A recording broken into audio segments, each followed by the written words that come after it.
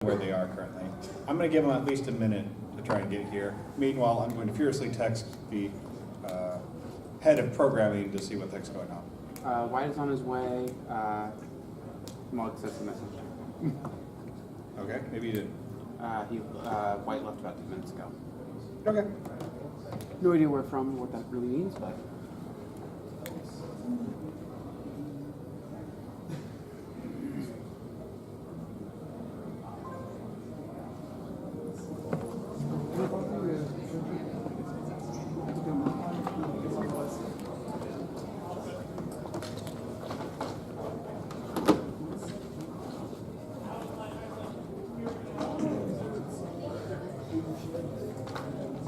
Where the heck is he at that leaving 10 minutes ago meant he would still not be here? I don't know. My assumption is that he's sure. Isn't he rooming with Mo at the Omni? I think they're rooming together at the Omni, so. Okay, if that's true, then maybe. All right.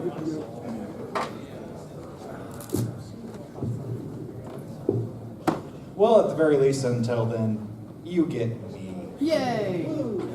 So, by way of brief introduction, before anyone else shows up, I'm Fugue. I am occasional writer, but more commonly editor, working with So Full of Press for a number of years. If you visit the So Full of Press booth, odds are you've probably seen me. I have seen a number of you, so I'm guessing that's what's happening. I recognize faces. Okay, this is the Writing Foundations Advanced panel. Again, there are supposed to be 2 other people arriving, one of whom is on the way, the other of which I don't know where she is. So why don't we just go ahead and, while we're waiting on people, why don't we start with a question? What questions do people have? Oh, I put everyone else on the spot now, didn't I? See, now, but then you're gonna get the smart-ass responses from me, and I don't know if you really want that. Are they good questions? No, they're not. Then no. Shush, TJ, go away. Best way you recommend to improve as a writer, outside the standard of read everything and try to absorb what you can. Okay, for those who couldn't hear that, the question was, what's the best way to improve as a writer without the basic advice of read all you can? The next piece of advice would be write all you can. There are people who have varying opinions on the how much you should be writing. I, for a while, did the do 1,000 words every single day. Yes, every single day. Not just the NaNoWriMo of a certain amount of words in a month, but so many words per day. There are other people who tell you that's a stupid idea. Anyone who tells you any particular bit of writing advice is completely stupid is probably being stupid. I will allow the meta-ness of that to sink in for a moment. But in general, like, writers write. So you should try and write as much as you can. You should also try and write different things. If ever something comes up, it's like going, oh, well, I could never write for that, that's not my style. That is a sign to yourself that you should probably try and do it anyways, because it will force you to learn something new. Now, if it's completely out of bounds of something you would normally do, then feel free to swap over and say, no, that's so beyond what I would do, forget about it. But do find opportunities. Like if you are looking at Furry Writers Guild, I think there's a list of publications that have submission deadlines coming up. Look through those, and even if they go, well, normally I wouldn't do that, then do it, because there's a good way to learn something new. Hi, Mike. Hello. We're still missing Maggie. I don't know where she is. Would you like to introduce yourself?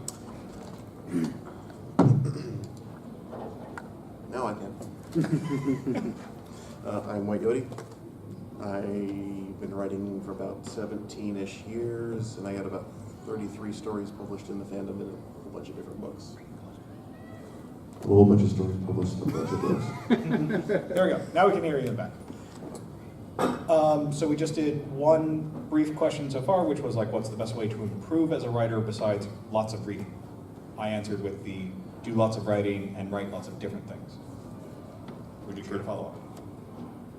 True, and just, write often. And I personally don't believe in writer's block, because there's words you can just kind of, there's an article, there's a noun, there's a verb, plug it out there. If it's crappy, it's still crappy, but the words are on the page. Oh, that is a good thing we could bring up, the question of writer's block. So there are varying different ideas as to why writer's block occur. And since, despite being a scientist myself, most of you are probably not interested in me going through the whole psychology of it, let's probably not go through all the psychology of writer's block. But sometimes one of the things I've heard is that writer's block occurs when you try and force the story to do something it's not actually supposed to be doing. Like, you are stuck with a story, you can't get it to go anywhere. Why? That's because you're trying to force it to go a specific way and the story actually needs to go a different way. So try doing something completely different from what you were expecting to do. In the therapy world, it's called opposite action, radical acceptance, which once you... Yeah, DBT. Yes, DBT!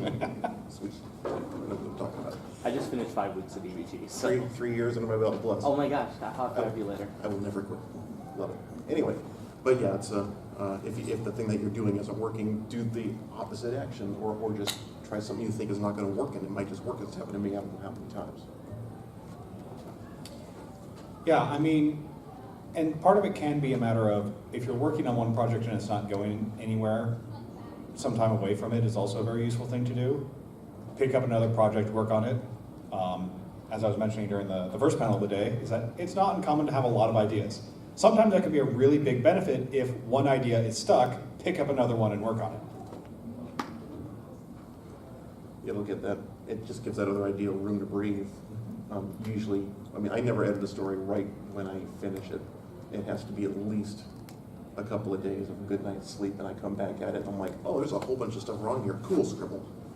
Yeah, in fact, a lot of writers will recommend that if it's a longer work, like we're talking novella or novel length, putting it down for a couple of weeks or months after you finish it, and then coming back to it is a great thing to do. The reason for this, and okay, I will go into the psychology on this one, is that when you are writing something versus when you are reading the thing you just wrote, you know what you meant to say at every point. You know the internal intonation of your voice that you were giving to those words. That is not on the page. So when you leave and come back to it, you have forgotten some of that. So you can start reading it as if you were someone else reading it for the first time. This is also part of the reason why you should, try and use beta readers, because they can tell you things that you can't about your own thing. And like I said in the previous panel, but for those who weren't for that one, every beta reader, no matter if they're your peer, if they're somebody you admire and they're just as good as you, or just a friend that you want every person's going to pick out a different little thing that they see either may or may not be wrong, but even if something that they pick out might not be wrong, it might lead you to something else that was wrong that nobody caught yet, which has also happened. Sorry, I'm also trying to stay in touch with Giannis about our third panelist. Great. So I prompted a question at the start and only got one. Have people thought of more questions since then? Oh, we've got more questions, yay. Would you like to pick one? DBT. Yes. I'm right now going through a first draft of a novel project, and I finished a chapter the other night. I went to bed, and I laid in bed, tossing and turning about, oh my god, my chapters are too short. Yet, I know I'm accomplishing what I want to do in them, but I'm watching the word count and being like, oh my god, this isn't long. This is moving too fast. Did that make sense? Did for me. It makes sense to me, but I'd be careful because you're talking about two different things. Yeah. Okay. Which is that you're talking about the length of the story and you're talking about the speed of the story, and those are not the same. You can have very short stories that move very slowly. You can have very long stories that move very quickly. So be careful about which of the two is it actually being. So you can have really short chapters if you just have a really quick thing you need to get out there. I forget who it was, but there was a kind of famous example. Maybe it was in Dickens somewhere, where there's like a one-page chapter, and it's like that's all that he needed to say in that one chapter, and he said it in a page, and then he moved on. Okay, we're done. There's also the concept of the 5-word novel. Is a for sale, baby shoes never worn. 6 words in a chapter. Or in a book. I'm sorry. Yeah, and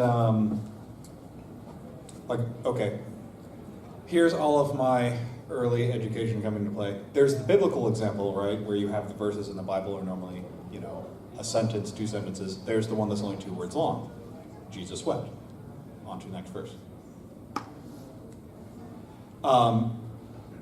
Yeah, so I mean, it's entirely possible that it is going too fast, but I can't guess that just from you saying, well, I wrote a short chapter. Sometimes you need to write a short chapter.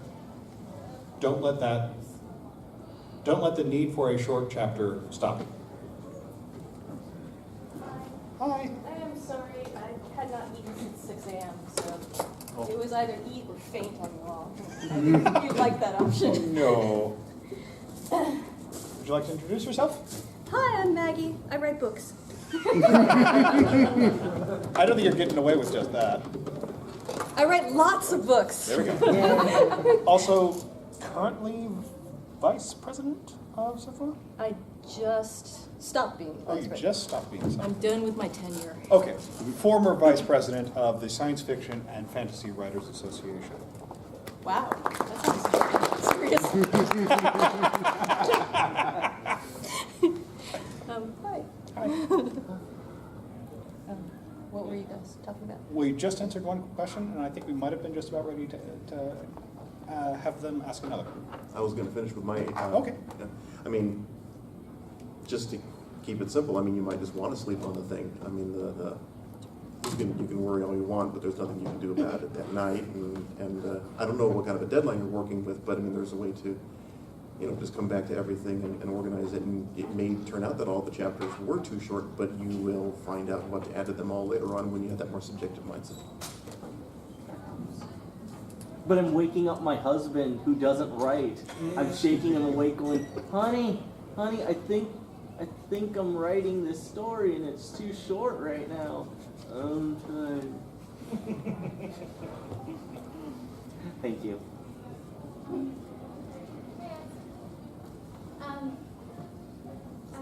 I don't know how to say his last name. Somerset Maugham once said that there are 3 rules to writing a novel. Unfortunately, no one knows what they are. Yeah. So, if you ever feel bad, novels come in all different shapes and sizes. And in the beginning, a lot of people just had chapbooks. So, it'll be good. There's always going to be someone who's willing to read your work. I know Dan Brown had like paragraph chapters, so it's really punctuating thought, I suppose. We shall not mention the name of the Brown around here. I've read his books. They're entertaining. Entertaining, yes. He makes me cringe as a copy editor. Oh, well, I have low taste. I think we had a question right there. Yes. What are your recommendations for work-life balance? For example, a creative type, most folks have to work part-time, full-time jobs, have responsibilities like children and other hobbies. What are your recommendations for having a busy life, staying creative, how much time to prepare for being creative, and how much time just to be a real human being? Would you like to talk about it? I think he's looking at me. Are you looking at me? Because I have a day job and a child and a spouse who does see me. So, okay, so this question is super personal, and it's going to be a different answer for everybody. And I think it has to do with you knowing what your priorities are. You have to decide what's important to you, and then just be okay with that you might regret that you don't have time for a billion things. So, like for me, it was very important to sit down and say, you know what, I need to make art, but my kid is only going to be a kid once, and I don't want to miss that. So this is more important to me, and even though I'll be sad that I don't get as much done as I used to, you got to know what really matters to you, and don't beat yourself up for not being the creative everything who does everything. And you can't have a full-time career and a full-time everything else. at the same time, it's just not. I suppose there are a couple of humans where it's possible, but it's just, it asks too much. You'll burn out, and it's not. You'll be no good to anybody, yourself, your work, the people around you. But everybody has to make that decision for themselves, and it's very personal. Some people, they will value their art over any one relationship or whatever. And if that's what's important to you, then that's what you're going to have to go with. But no one can really tell you that until you know the thing that's at the top and all the spaces in the middle. So that's what I would say. And that also changes as your life changes. Really? Technology? Is that feedback or is that just me? It's just you. Just you. Okay. I used to be able to spend 8 hours in a row just writing in a coffee shop when I was growing up, and now I can't do more than, I don't let myself do more than 3 hours at a stretch for health reasons, for the whole sitting is the new heart disease and all that stuff.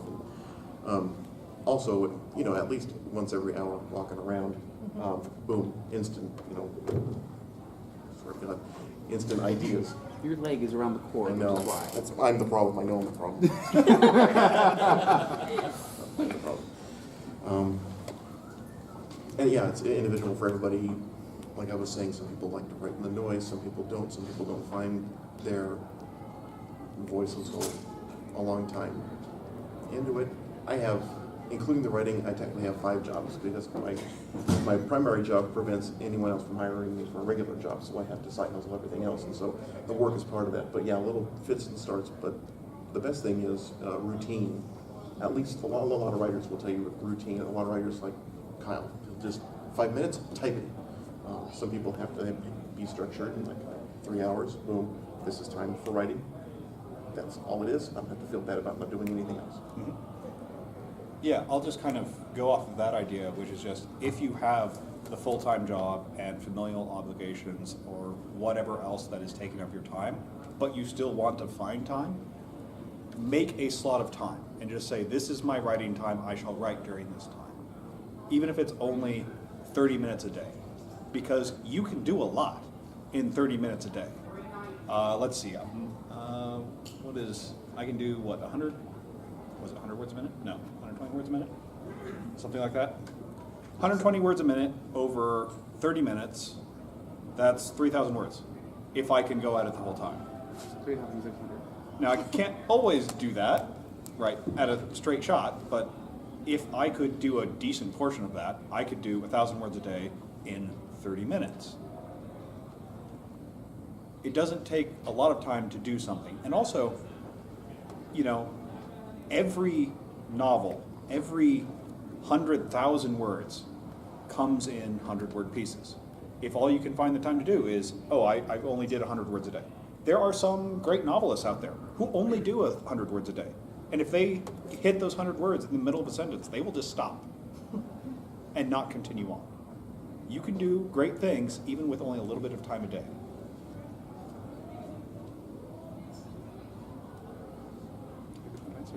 Yeah, I almost feel like you want to explode it into like 2 separate issues, which is one is the self-discipline issue, and one is the scheduling issue. And I so agree that routine is helpful, and yet the moment I became a parent, I didn't have one anymore. So all the advice I'd ever been given about having a routine suddenly started biting me in the tail because I'm like, I'm such a bad person because I can't find my 1 hour a day anymore. You know, and that was hugely bad because I had this expectation now that in order to be a good writer, I needed to find my routine time and protect it and all that. And my lifestyle just did not accommodate that anymore. And it's the same thing you said about you change throughout your life. And I think the most important takeaway I had from that is not only that you need to forgive yourself for not being the model perfect writer who does everything perfectly, but that there really is 2 separate issues, right? There's the issue of, can I make myself sit down and write that 100 words? Because if I can make myself do that, then it's much easier to find the time, even if I only have 20 minutes, versus the scheduling thing, which is how do I decide when I use that time, you know? So I think that's important to realize is you have to learn to make yourself do something, because Oh my God, writing is tedious. Oh, God. It's not fun. Reading what you've written is great, but writing itself is not very fun almost ever. So to make yourself do it is a separate thing from figuring out when do I have the time to do it. Because often, when do I have the time to do it is not now because you'd rather be doing something else. Anything else? Anything else. And that actually brings up a great point. You know, this is the advanced Writing Foundation, so hopefully many of you have already learned this lesson, but just in case you haven't, everyone writes differently, and you need to find the way that works for you. We can give all the advice in the world, and it's entirely possible it will not work for you. Your mileage may vary. So we can give you our advice that might help you, but it's up to you to figure out what works best for you. We have questions. Would you like to pick the next one? This one came up really fast. Okay, are there certain words or phrases that you should try to use or certain words or phrases you should try not to use? I love the word evanesce. Oh, and coolth. I use coolth in every book at least once. I don't think there's like a rule, no? Like the only phrases I would say to avoid are the cliches. Do your best to avoid them. And I want to use a cliche about rare cliches, but none that's actually springing to mind. At the end of the day, you just want to avoid all that stuff. When all is said and done. It's so sad it For took me all a minute. intensive purposes. No. I will come over there with the copy editor's red pen. You're I gonna will edit me to scribble death, all ready. over you. Can't tell what's blood and what's ink when you're done. You can do better. They make stamps at teacher stores that say that. I My believe mother-in-law is a teacher. I She has believe it. one. Oh my gosh. Wow. But yes, words to not use. I once wrote an entire manuscript where I asterisked out every single bit of profanity, so that sort of counts, right? There was a lot of it too. I usually just replace letter E with a four-letter word and just laugh for 5 minutes. You're awful. No, I can't think of anything. All words are fair game. Just combine them in interesting ways And just make sure they're, appropriate for the circumstance. and spelled right. Right. How about, don't use the word very. It has its purpose. I love the word very. Hey, Yeah. no war on the adverbs at this table. I love adverbs. Adverbs are perfectly good tools provided they are used appropriately. Yes. Notice I used appropriately, which is an adverb.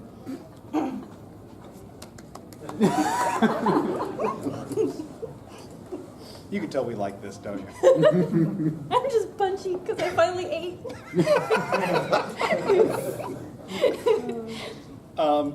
I think we had the hand back there. Yeah, sorry. I've been writing a book, and every time I go over it, I want to read, I just go through the whole thing, and I do it over, and I try to make it better. And then I read it over again, and I try to make it better. And I keep seeing stuck in this cycle. When should you know when to stop? And just say, You just stop. yeah. It's called good enough. Yeah. I would suggest throwing it at 3 or 4 other people. That's a really good way to get yourself to stop, is to let other people read it and say, hey, you know what, this is good enough.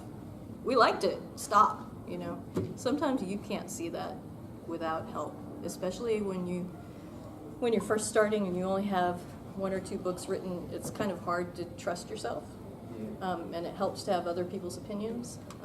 Once you get used to finishing things, you'll start to feel it yourself that this is good enough, right? I found 6 typos in The Hobbit. So, that made me feel so much better. Oh my gosh, I'm not the only one. So yeah, I would give it to a bunch of, 3 or 4 people you trust and see if they like it, and if they agree with you that it needs to continue revising when it's really done. I'll add to this that perfection can be your enemy, in the sense that there is never, ever a perfect way to do art. There is always a different way it could be done. Maybe it's better in this way, but not so good in another. if you handed the same photograph to 5 different painters of 5 different styles, you would get 5 different paintings, all of which would be amazing. And all of them would be good without any of them necessarily being the best way. So part of it is realizing that point of, oh, I'm not making improvements, I'm just side grading. I'm just shifting from one good option to another good option without improving the overall quality. And if you're running into the problem where you're still editing and editing and editing, fix a number, 4, and just say, I will not do more than 4 before handing it off to other people.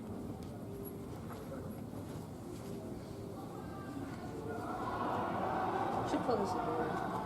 Yeah, can someone close the door back there? Okay. Yeah? Thank Okay. you, Kat. Thank you. Thank you. Question here? As a reader or a writer or an editor, what's your biggest pet peeve that you see people do that you just wish they wouldn't do? See, writers do? Yeah.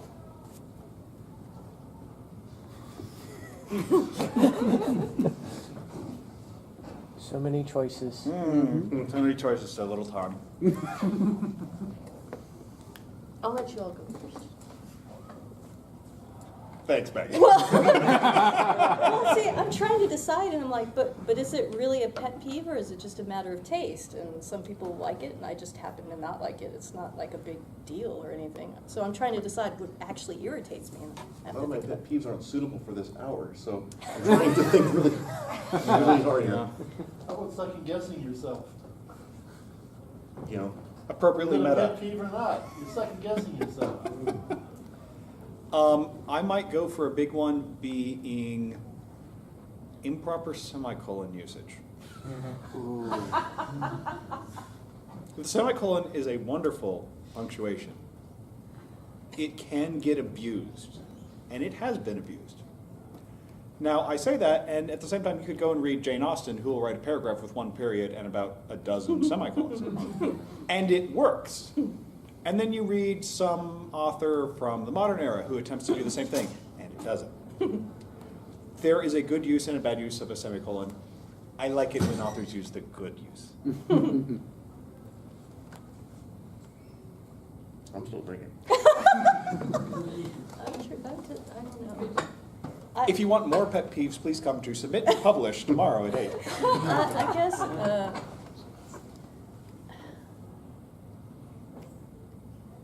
not really coming up with anything.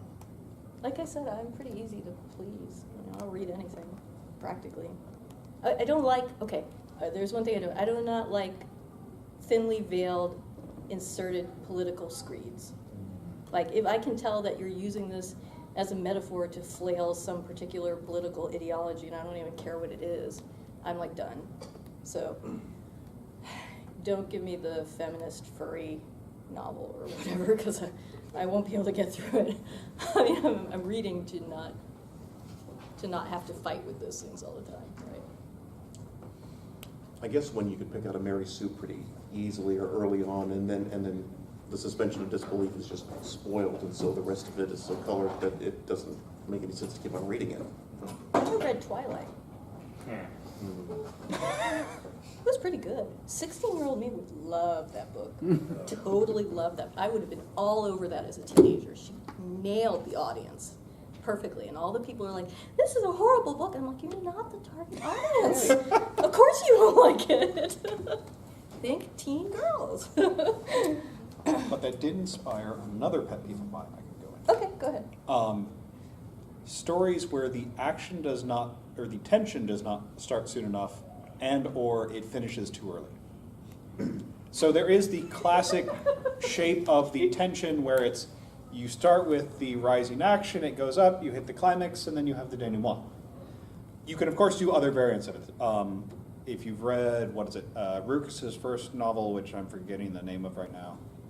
But if you read it, it goes basically like this. Every chapter is that basic shape, and it slowly grows to a higher peak at the end and then drops off. There are lots of ways to do this. The problem I have is when people try and mimic Lord of the Rings, where the first chapter of the Lord of the Rings, nothing happens, right? What is it? It is a description of the hobbits and the Shire. Nothing happens. And so you have a first part of a story where nothing happens. Alternately, the other problem is, oh, we just had the great battle. We resolve. We keep going on for another 50 pages. I don't know why. This has happened. Feasting, yeah. Ooh, feasting. Feasting. But Right. see, I love enormously long denouements. And I really prefer when authors don't chop something off at the end. Like the first David Weber Honor Harrington book ends with her being given a medal and that's it. It's like, it's just done. And I'm like, no, I want to hear about the party afterward. I want to know all of her enemies are upset about it. I want to see all her friends congratulating her. Why'd you just stop it there? Isn't that also the first Star Wars movie? Well, I didn't like that either. Oh, yeah. It's Luke destroys the Death Star, and then 1 minute later we're at the credits, I think. Yeah, it's horrible. I want the feasting. But then the thing is something like the Third Lord of the Rings movie where you have like 12 or 20 different endings. Well, but to your point, I'm not like necessarily hugely typical. I know lots of people are very annoyed by long denouements. It's not that it's a long denouement. It's a denouement that then just goes, oh, well, let's just talk about things for a while. So I've had that happen. I've read those stories in the slush pile, where it is, oh, here is the whole conflict resolved. Let's just talk about things. Not done yet. Not done yet. Feasting. Feast. If it were a feast, I would have been happier with it.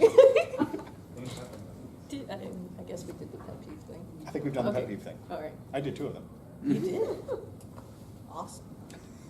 Shall we go here? Go. You're in charge.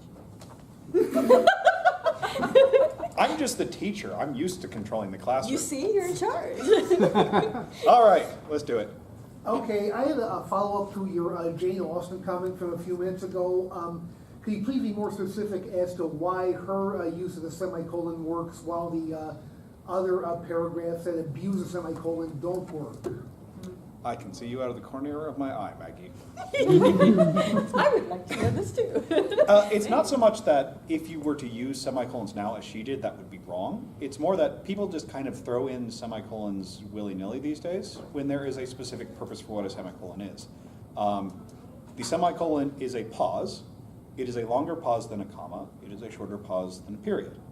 So if you were to read it as though it were a script aloud, and you were to listen to the pause you naturally put in at the various places, the semicolon should be roughly in between the comma and the period in length.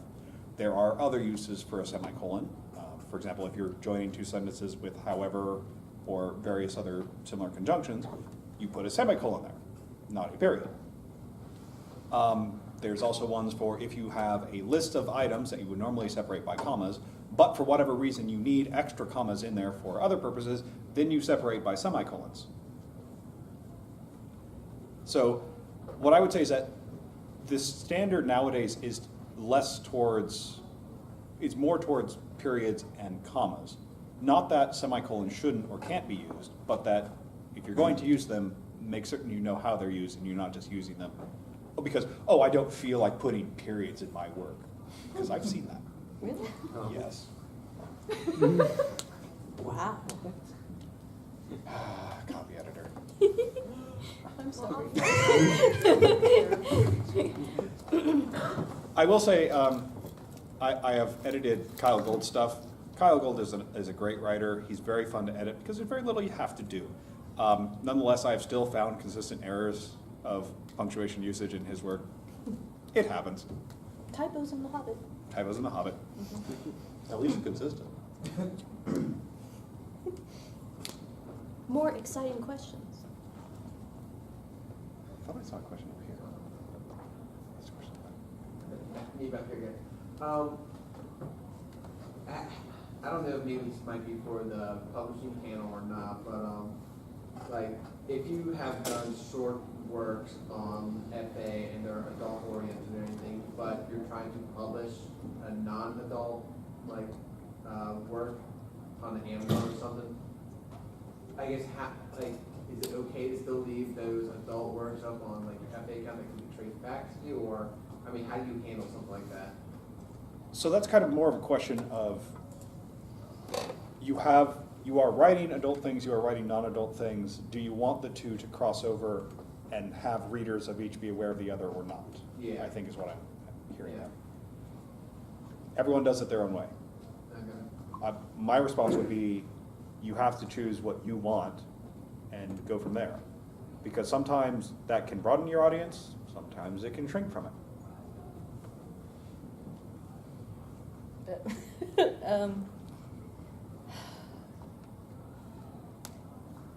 I would say split them up, unless it's soft stuff that you're writing that's adult. If it's hardcore, it's such a completely different audience that from a marketing perspective, I can't speak for like furry specifically, I can only speak broader, but very specifically the erotica shoppers are very different from the non-erotica shop and the romance. Often the romance people are in this non-erotica side. So if what you're writing is hard enough to be considered erotica or porny, then you do not want those two people to find you yourself. If it's kind of like soft stuff, there's enough soft core in romance that you can get away with it. But if it's not, then I would suggest you leave yourself the option of not. You can always say, this is my pen name for this, this is my pen name for this. I will claim them both, and people can find them both, and I won't deny that they're the same thing, so people who are super fans can cross over, but there's not a ton of crossover in my experience. So. It depends on what your career aspirations are, if there are career aspirations.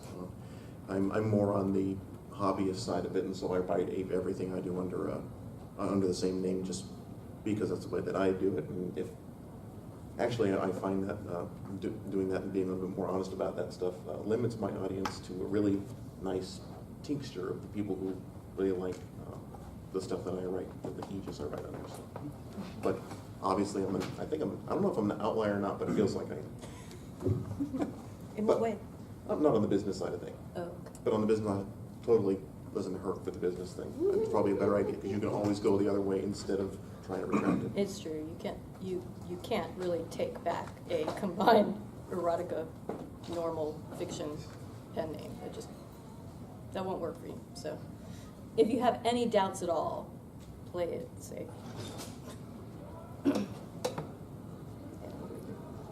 think we have a question over here. Oh, Yes.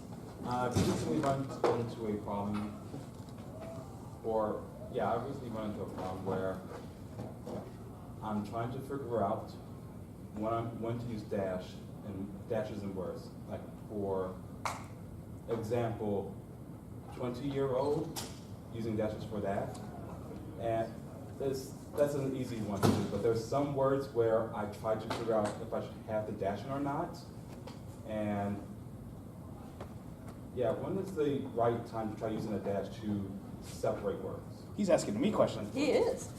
Get a style guide. That's usually the best way to start with that, because they will have tons of different possibilities for that. So if it's a particular thing, like as you were saying, like 20-year-old is typically hyphenated a particular way in a particular style guide. So you can just use that style guide, follow that style guide. Different style guides can differ on these sorts of things. And stick to one thing that you do. Let that be the thing you do. Let your copy editor worry about it from there if you send it to someone else. We're okay with that. When it comes to the basics of like when do you use a hyphen, when do you use an n-dash, when do you use an m-dash in general, that would be something where I would suggest look through the Wikipedia page, because those tend to have pretty good basic descriptions of all three. You use an m-dash, which is the longest one, when you are doing basically a sudden change in narration, and I'm sorry, my nose is stuffing up. An n-dash is used like a hyphen, except at places where you couldn't use a hyphen because it would be confusing. There are also a couple other examples of this. So for example, if you were talking about the San Francisco-New York train, you do not put a dash between San Francisco and New York, you put an n-dash, because otherwise it looks like Francisco New is supposed to be a hyphenated word. So that's why you use an n-dash. Most other places use hyphens. And the weird thing is that you can get away with a shocking amount with hyphens. You can hyphenate words you never thought you could hyphenate before, and it's perfectly legitimate.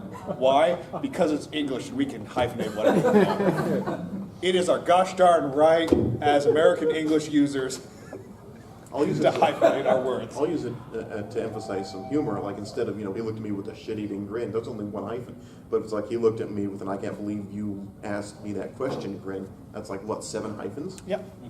And it's perfectly appropriate. It is perfectly appropriate. I checked the dictionary.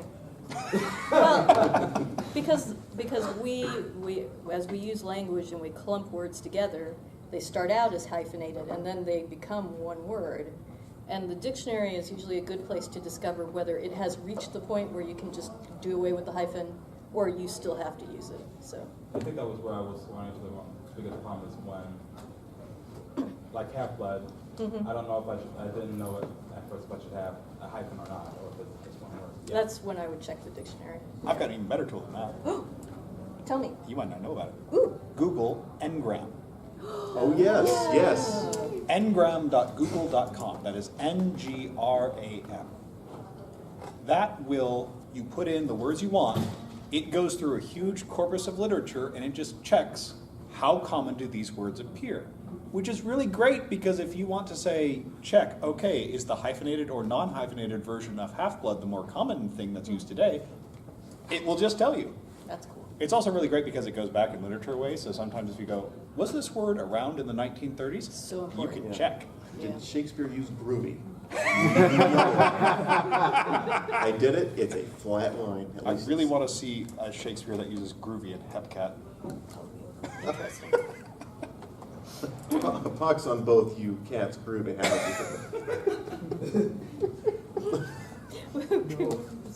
Go ahead. On the subject of style guides, which one do you recommend for fiction? Everyone's asking me the questions. Is you're right. No, that's submit and publish tomorrow. That's me and Darren, and we are punching. Yeah. There kind of isn't a standard one. The Chicago manual style is pretty common. AP is pretty common, although that's more for journalism. Like I was mentioning earlier, it's less a matter of which you use and more that you use one consistently. So maybe glance through a couple of the differences between them, pick one you like, go with it.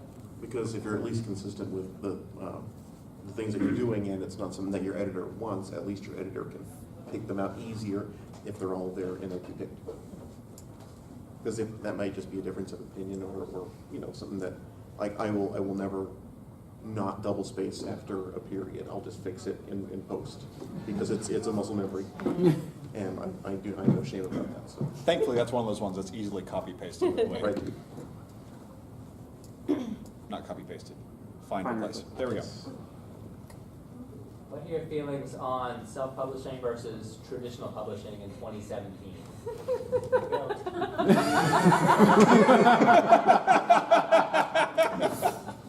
What have I done? Okay, no, but I think this is important because Furry has a publishing ecosystem, which for the most part I'm completely unfamiliar with. So when you ask that question, I have to ask, is this a furry asking me whether it's better to be traditionally published in the furry ecosystem or self-published, like say on SoFurry or something like that? I don't know the answer to that question. I mean, you guys would be better for that because I don't. If your goal is, fame and glory as a furry writer, then I can't answer that question. And I can't answer that question because I really like money. and furry publishers, and I love them, they're all awesome, will be the first ones to tell you they're doing this for a labor of love and they don't have a lot of money to give you. And the furry buying public is also a niche, right? If your question is about the broader thing, okay. I should be polite, right? I make money self-publishing. This is something I've never done going through traditional. I do. I make money.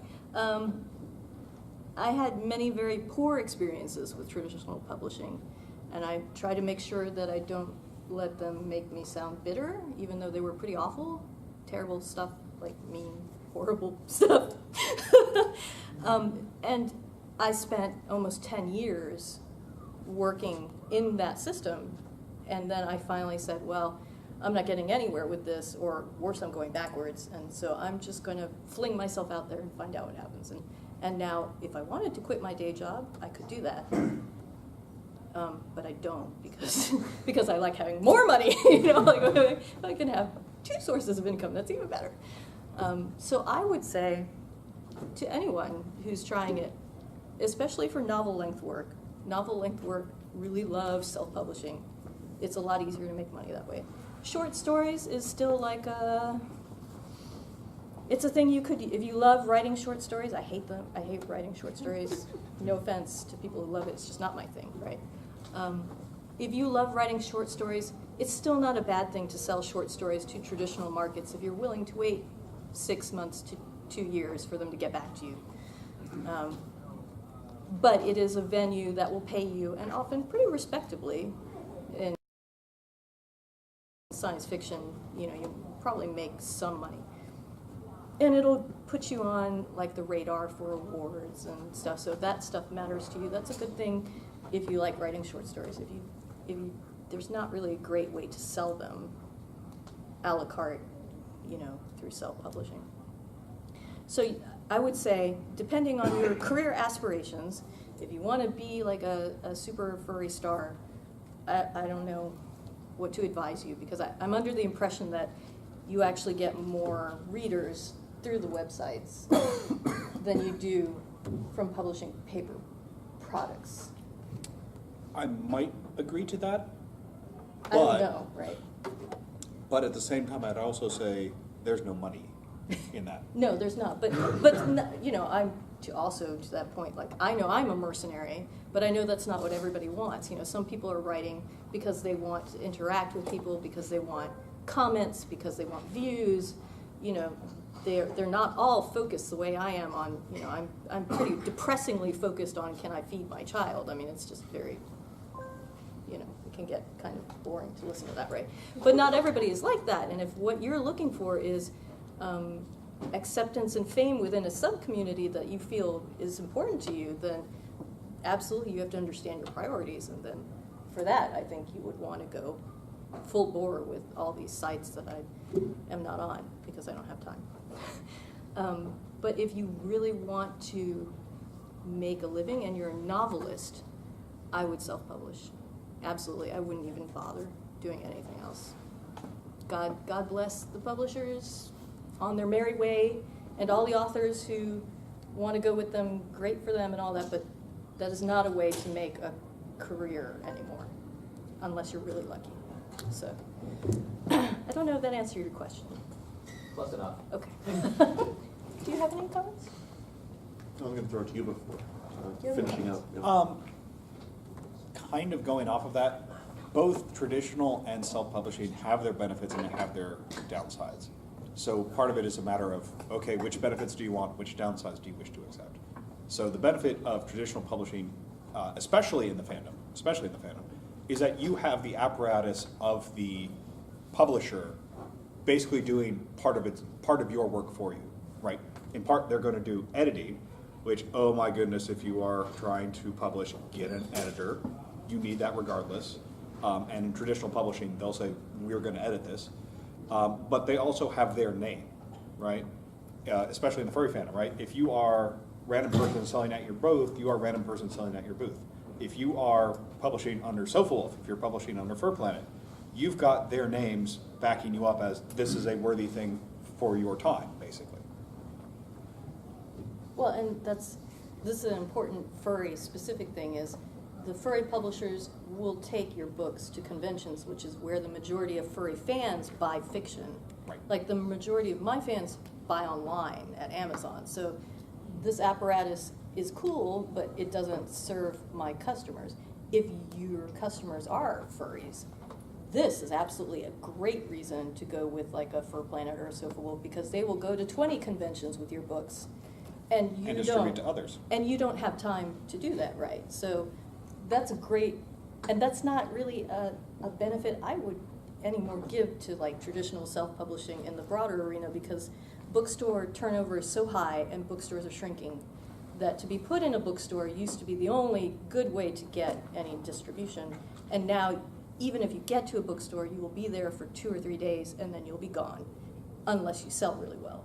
And then you're going to go and give them that much of your money for that much exposure. Unless you're lucky, you're not going to really have that much exposure.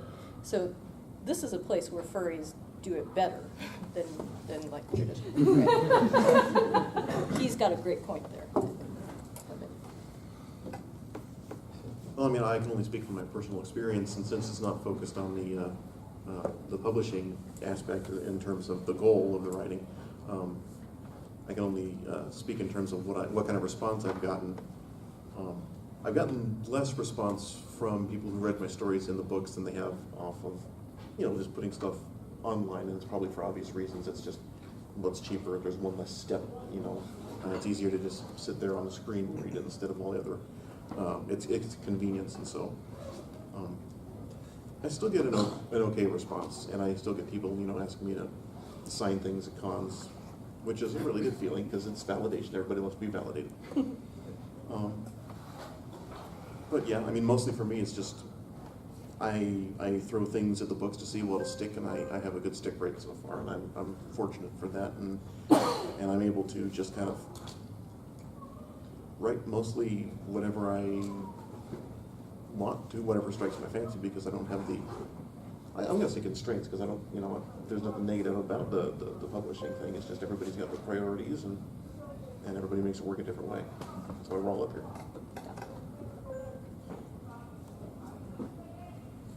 Boy, I got through that politely.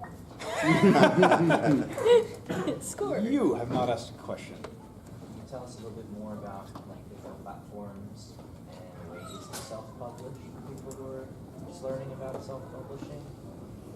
What are you trying to self-publish? Just people who are trying to submit, let's get their stuff out there without needing a publisher. Can you tell us about, obviously, Amazon, like a guy who's trying to publish books on Amazon, for those that read digitally nowadays, but what other avenues can you recommend for self-publishing? Okay, so Amazon is the 90-pound gorilla.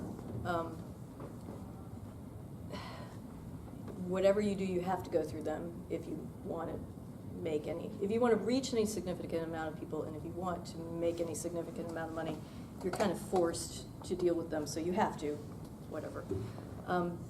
The other 4 major players in ebooks would be Kobo, Barnes & Noble, iTunes, and Amazon is the 4th, right? So these 3 are the remaining big players, of which Apple is kind of interesting because if you get a foothold on Apple, they'll do really well for you. But until you get there, it's kind of nothing.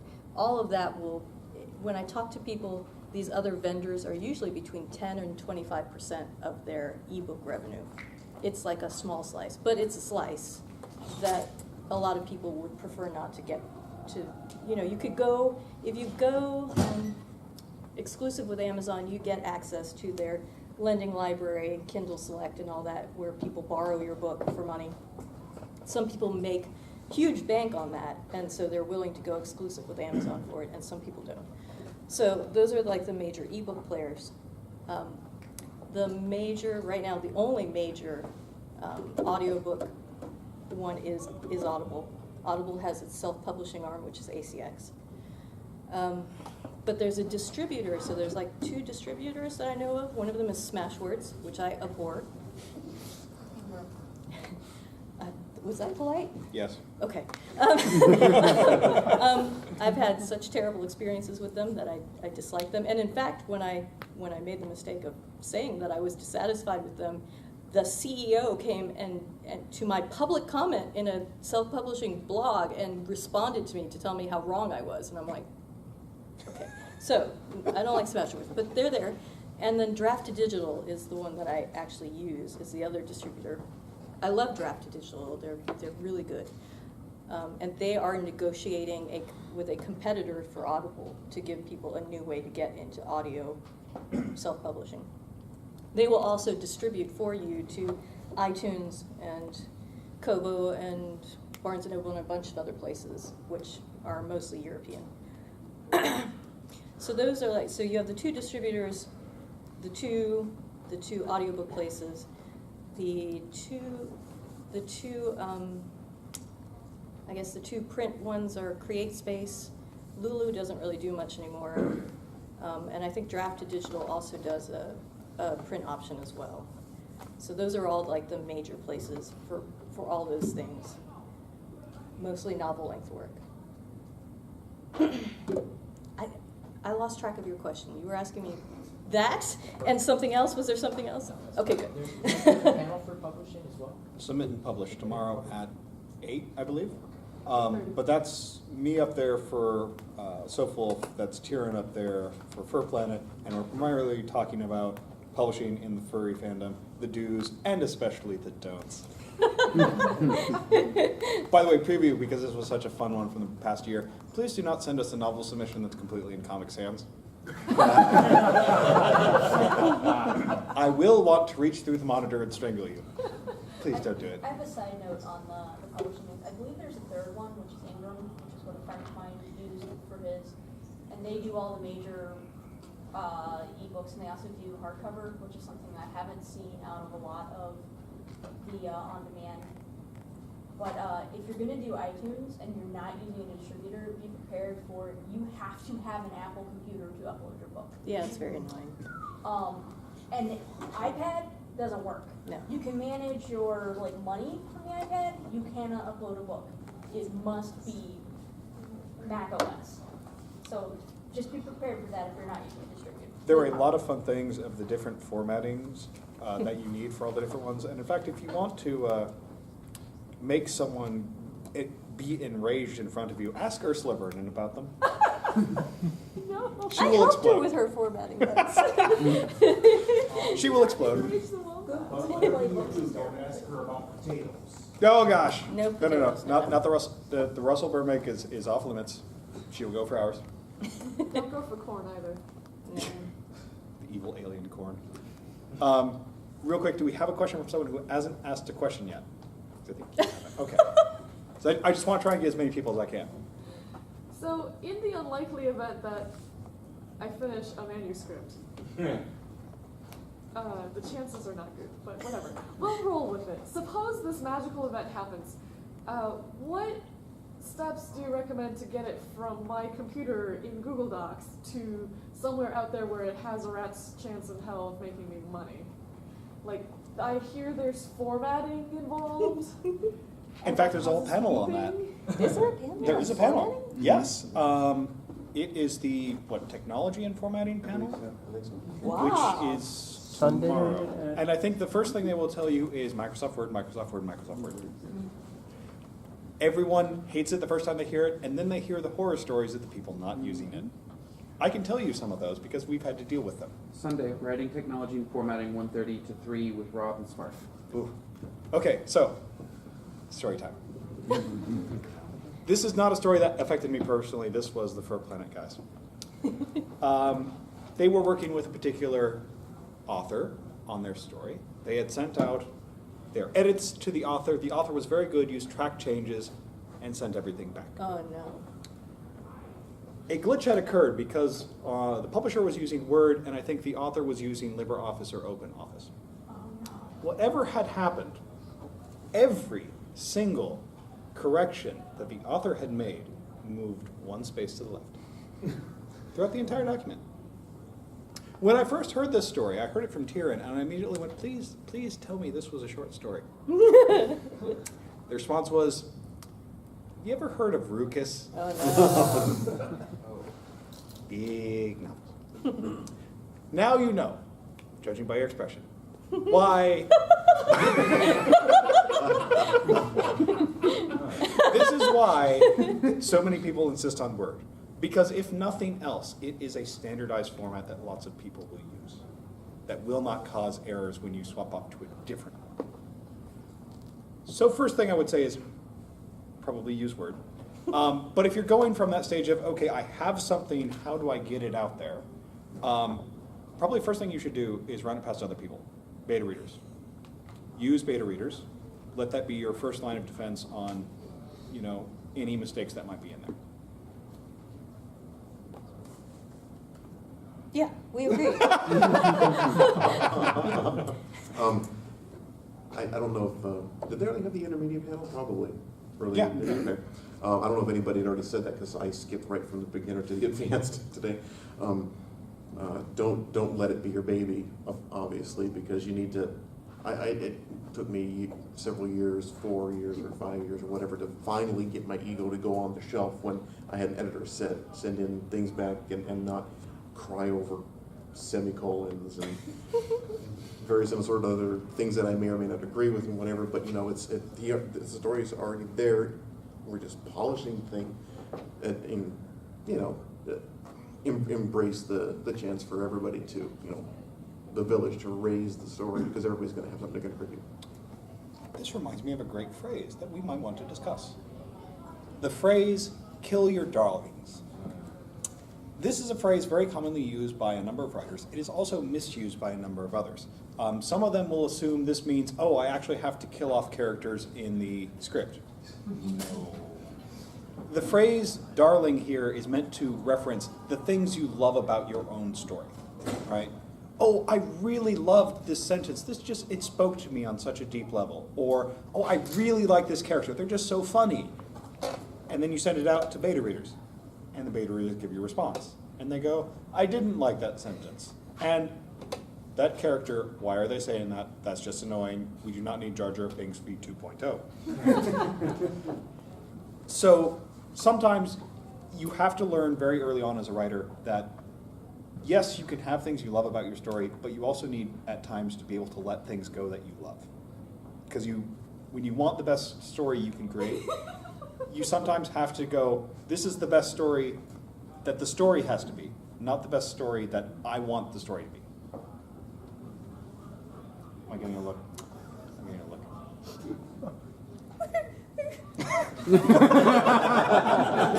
I said you didn't actually have to kill your characters, Maggie. No, but what are you gonna kill? Let go of the things you love. It's so sad. But you could save them and put them in something else. No, you're not gonna write the things you love. Why are you writing? If you love it, write it out. No! What's wrong with you? Feasting. No, I'm confused. I don't know if to laugh or cry. We're both. Glasses come off. No, fine. The panel's been broken. Okay, to answer your question, I save from Word as an HTML file. I import the HTML file into Sigil. In Sigil, I just hand massage it until it's not ugly with CSS style sheets, and that creates an EPUB. The EPUB goes to all the EPUB distributors, and it goes into the Kindle previewer, which generates the file for Amazon, which goes to Amazon. Apple, there's one program that's like the God program of formatting, and it's only for Apple products, and their website is like, no, we're not ever planning to put this on Windows, sorry. Which is very, no. No, which is kind of like the Apple thing, right? And I've heard it's phenomenal, and I've looked at the output, and it really is phenomenal.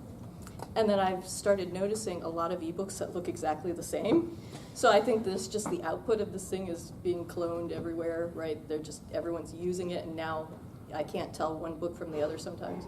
So I agree, it makes beautiful products. I'm not going to buy an Apple to use it, and it can make things that look super similar. I don't remember the name of it. I guess I blocked it out from the trauma of like being a Windows user or something.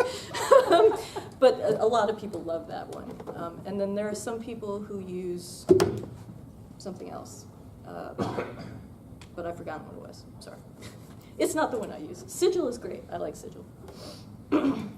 So you wouldn't recommend, for example, tweaking your own CSS by hand? I do it. With a text editor? No, well, if you're hardcore, absolutely go for it. But I don't, because at some point you start adding files. Like, you know, if you're going to use like pretty dingbat text, like graphic things for scene separators, and the moment you start adding things that you want attached to the file, it's handy to have something that will keep it all in one place. So. But absolutely, if you want to go hardcore, go for it. It's like, I know some writers in the fandom who will do all their writing in LaTeX, which Yeah. is, Makes sense to me. it's great if you get to control what the final format is. If the final format is PDF, tech is great. If it's anything else, no. No. Scrivener. That's the other thing people use. You know, I never got into it, but apparently it makes very pretty EPUBs. So Scrivener is for Windows. they have a Mac version. Yeah, that one's Windows. Yeah. Well, I'm just saying the other thing besides Sigil that people use to generate files. Scrivener I've heard used not just for generating files though, it's for It's a word. Well, it's all the things and then some and things Yeah. you won't even know exist until because it has such a learning curve. Again, from what I've heard. yeah. It's like a story organizational word processor exporting system thing for people who really love that sort of thing. So I tried it. It was too complicated for my workflow. If anybody wants to see it. I think we have the question over here. All right. What are some tips for a writer who wants to reach for people both inside and outside the fandom? Write good stories. Yeah. Write good stories that involve furry characters. Yeah. If they're good stories, people inside and outside the fandom will read them. And I say this because I know a number of authors inside the fandom who've done that. Kyle Gold, arguably the most popular writer in the fandom, has a fairly significant readership outside the fandom too. Why? Because he writes good stories. We recently also had, I'm forgetting his name, Larry Schoen? Lawrence. Lawrence Schoen, aka Klingon guy, who wrote the novel Barsk, which got a lot of attention outside the fandom, and then Fur Planet picked it up and said, hey, we like this, and it got a lot of attention inside the fandom as well. There's the only difference between good writing inside the fandom and good writing outside the fandom is that good writing inside the fandom should probably have a furry character in them somewhere. Do you have one? Pretty much piggybacking on that. So once again, my genre of stuff doesn't lend itself very well to this particular panel, but in terms of the non-adult stuff, sure. I'd say it's. Yeah, I have nothing to add. Well, okay, so I'm not but my wheelhouse. I'll say this right. Furry fiction has tropes that are specific to furry, and I would say science fiction fantasy has tropes that are specific to it, and these things don't always mesh up correctly. Like the kind of thing where furry has a lot of slice of life stories where the characters are just happen to be furry, which is not going to fly on this side because they expect a reason for things to be non-human, right? So to write a good story that works for both, I think it's helpful to be aware of the expectations of each kind of readership, and then just make sure you're not stepping on toes as much as possible when you're writing, you're making your decisions about how you're going to write something. So. The fact that the characters are furry is not an automatic meal ticket. You have to, right. You already drug them in with that. You have to keep them there with a good story. Yeah. Oh, hey, we've got someone who I don't think has asked a question. You keep talking about beta readers. What's Yes. the best way to find beta readers? Who makes good beta readers? Because most of the people I know either are too busy, aren't very big readers, or they're just going to tell me, yeah, it's good, without telling me what works and what doesn't. Welcome to the problem every writer has. Yeah. The furry community at least has one great resource, which is the Furry Writers Guild. They're awesome. So you can go there. There are a lot of people there. Oh. And you can go. Well, I didn't say that thinking of me. You know, they're just awesome people. Yeah, yeah. Like There's the rest lots them are awesome. of people there, and I believe there are places you could go there and ask and say, "Hey, I need a beta read. Is anyone willing to do this?" Of course, the thing you should then do is then say, "Oh, someone else needs a beta read. I will help them as well." Yeah. Don't expect everyone else to do the work for you. Also help do work for other people.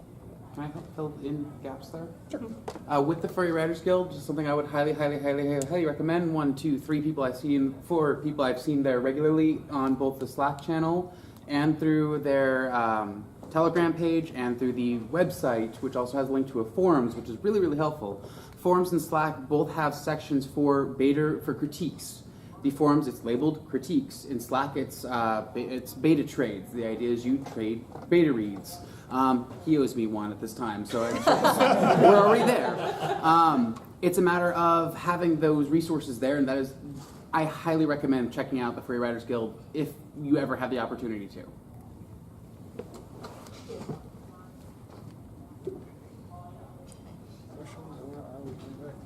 That way. Over here again.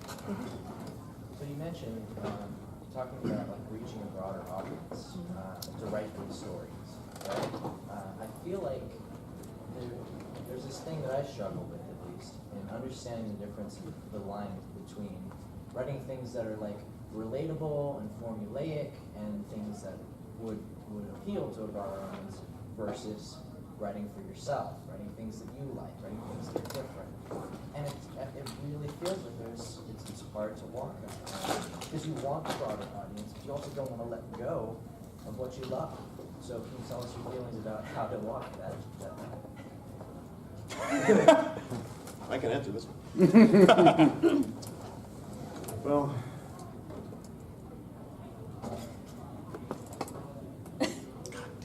I took a red-eye flight from Sacramento. I'm having a really hard. I didn't think of that. Do you want chocolate?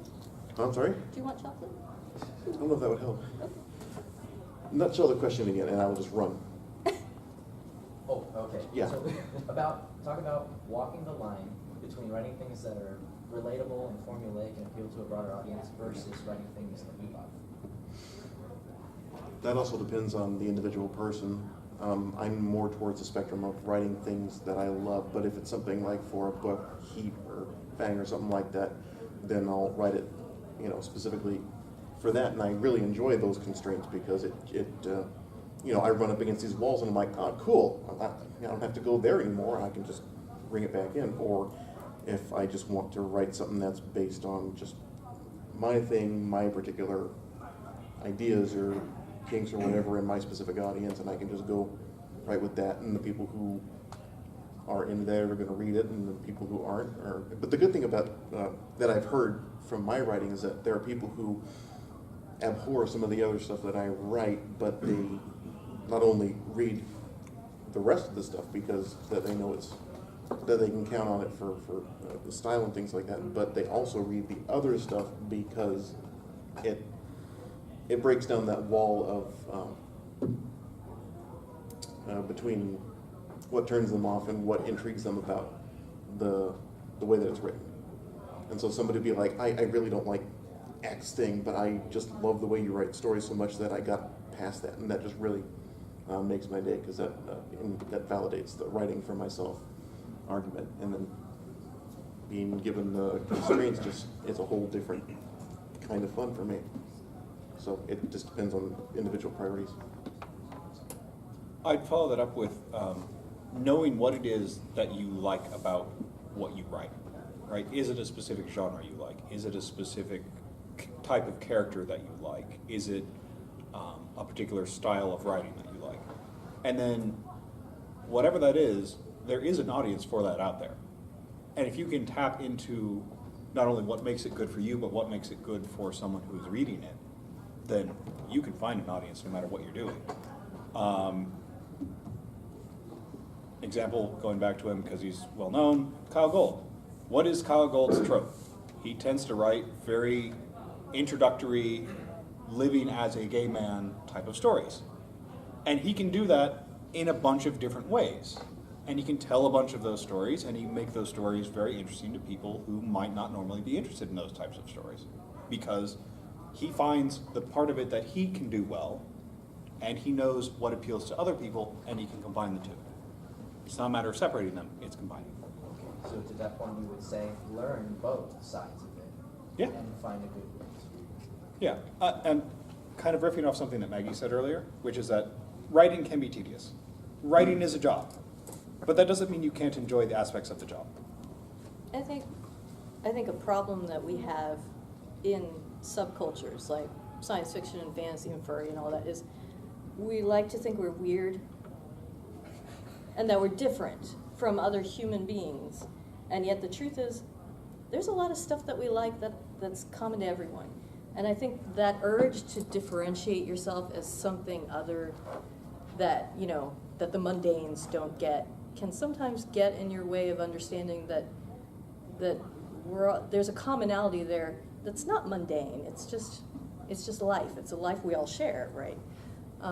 And you know, you look at the stuff you like. Well, you know, I like foxes. I like animals. Lots of people like animals. You know, I like stories about, you know, people falling in love. Lots of people like stories about falling in love. In many ways, our tastes are not special, and they're not different.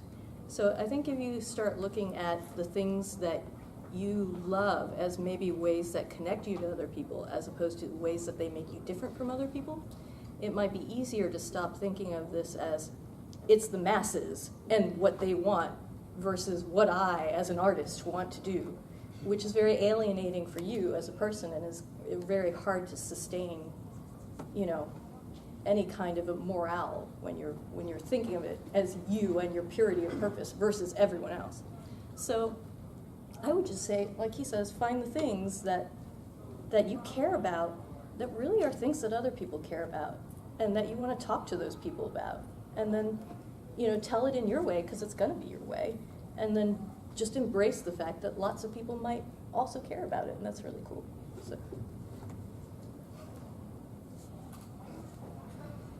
It's also your motivations of whether or not you want to write purely for, if you like, if you have all these universes and ideas that you just want to get on paper so you don't forget them, or if you have all these horrible demons in your head and they come out in a different way in the story, or if you just like entertaining people and want to give people some entertainment, or any proportion of those three, or even some more, all that stuff is equally valid. I made some people leave. Correlation is not causation. Okay. Chocolate is necessary. Feasting. Feasting! We shall have the paddle, and then we shall have the feast. It is a glorious time for the blood wine. Brian Jakes will be proud. More questions? I think we have one over here. Along that same vein, are you not your first audience? So if your story doesn't entertain you, how could you expect it to entertain anybody else? And any genre that we as people read, lots of other people read. So I guess it's just an addendum to what you all were saying. But. That's a beautiful question. That's a question? I thought she was making a statement. I'm trying not to forget my thought. Okay, go. Sorry. I'm so sorry. No, a recent story that a commission that I did for someone came to mind because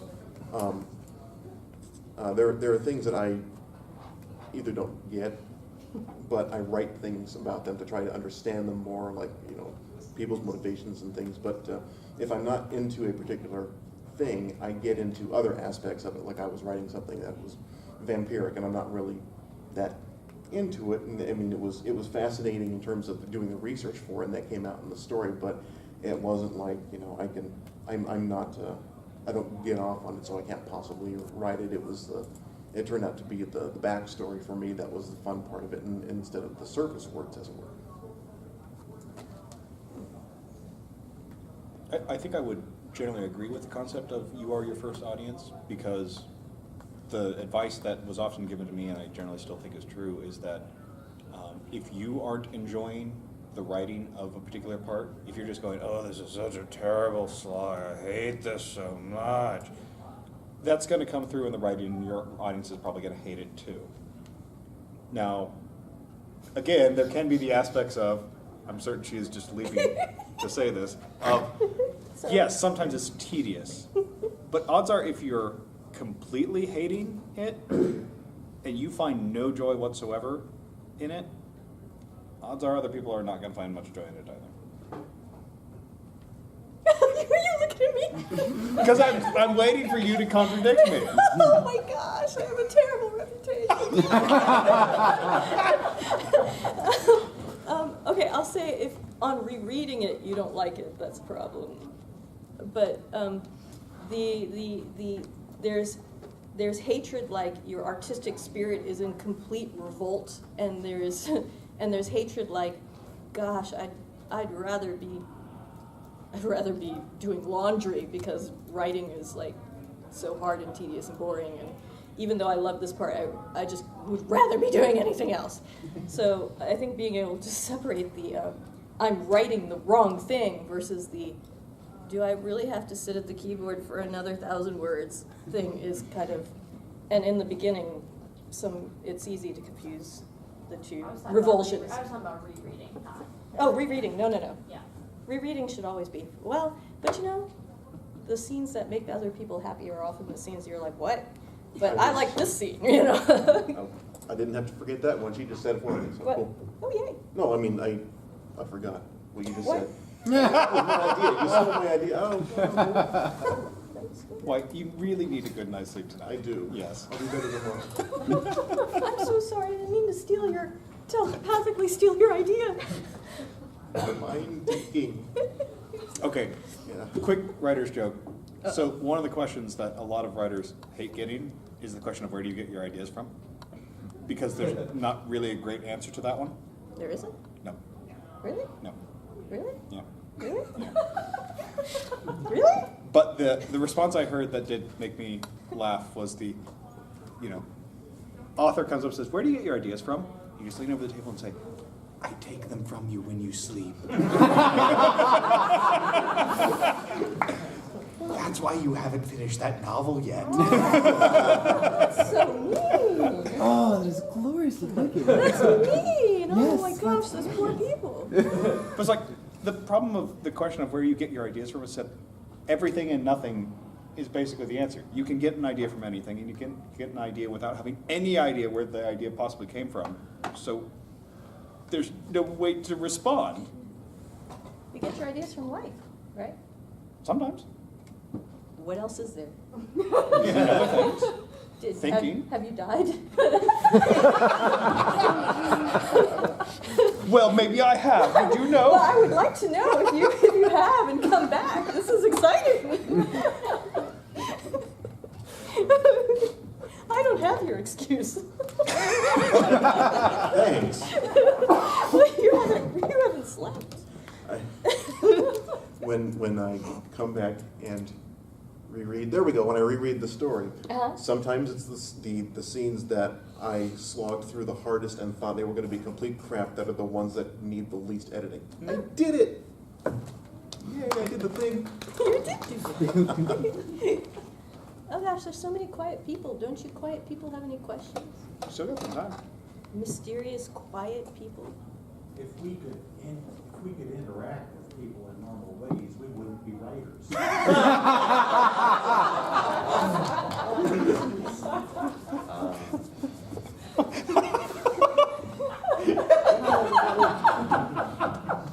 You're giving him such a look. I think I'm pretty normal. What is normal? I think I'm pretty. Go ahead. You seemed dumbfounded when he said that there is no way to explain where you get your inspiration from. What is your answer then? Life. I get it from living. Yeah.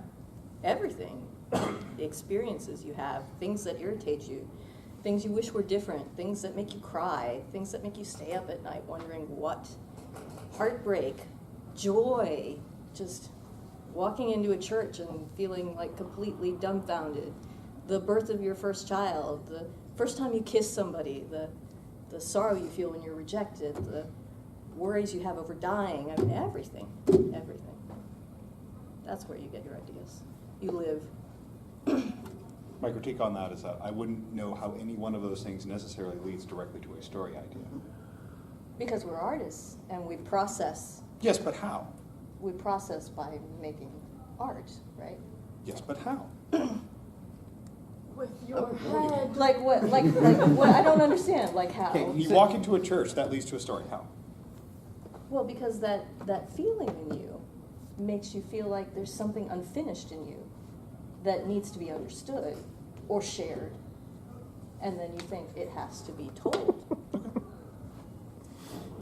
Am I not explaining it? Oh my gosh. I'm a mathematician. I can boil down how do you explain why 1 + 1 = 2 down to the most basic logical building blocks. So Yeah, I mean, I could keep on asking why, how. Okay, so everybody's process is different. Yeah. Okay, so you have these feelings. I have these feelings, right?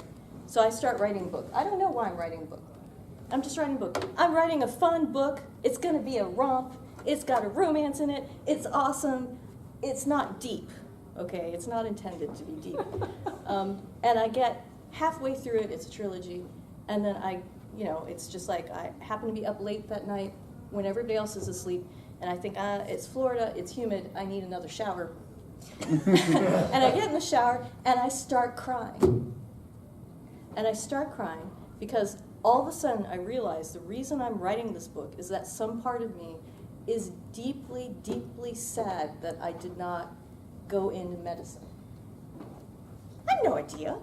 I'm completely sublimated. Like, okay, this is like a choice that I can't even make, so I'm just going to pack it away and not think about it.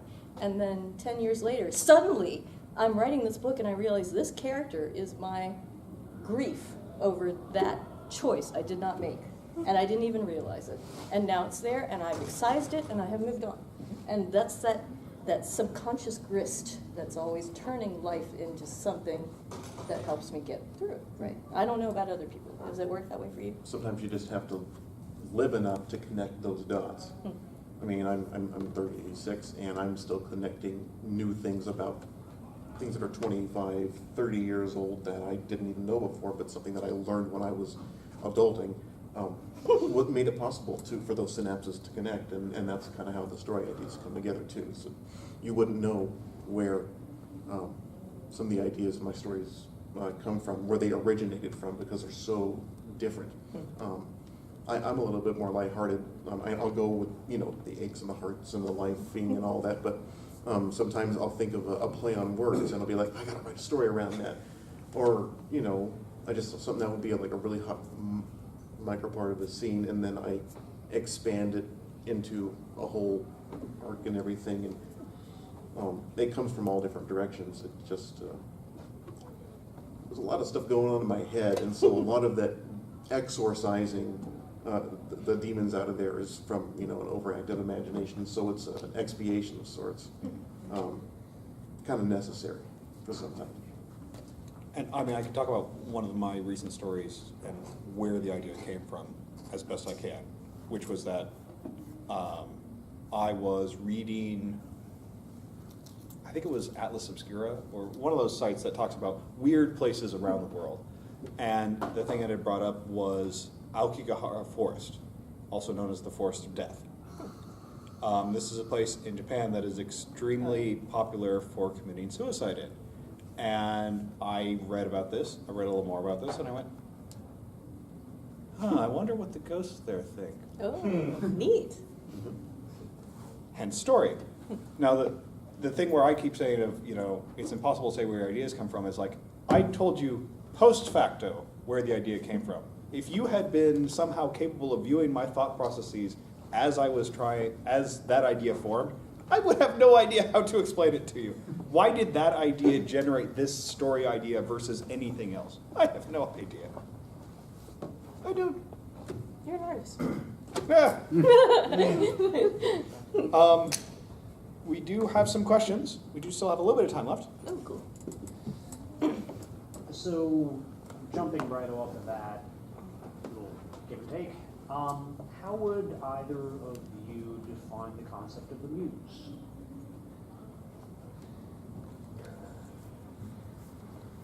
I don't Did we have just one. answer that question? I don't have one.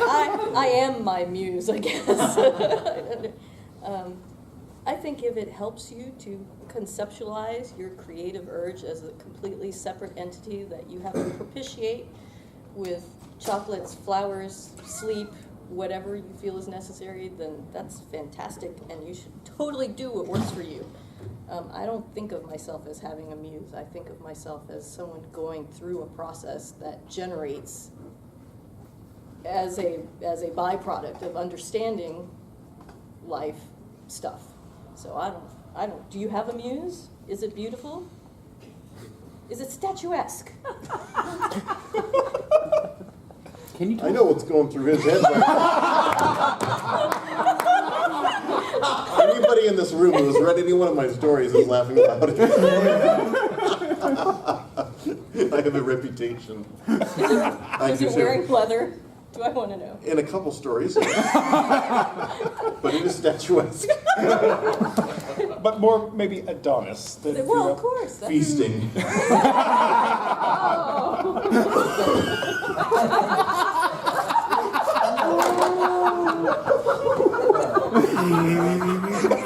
Maybe I should stay up tonight too. It'll be better.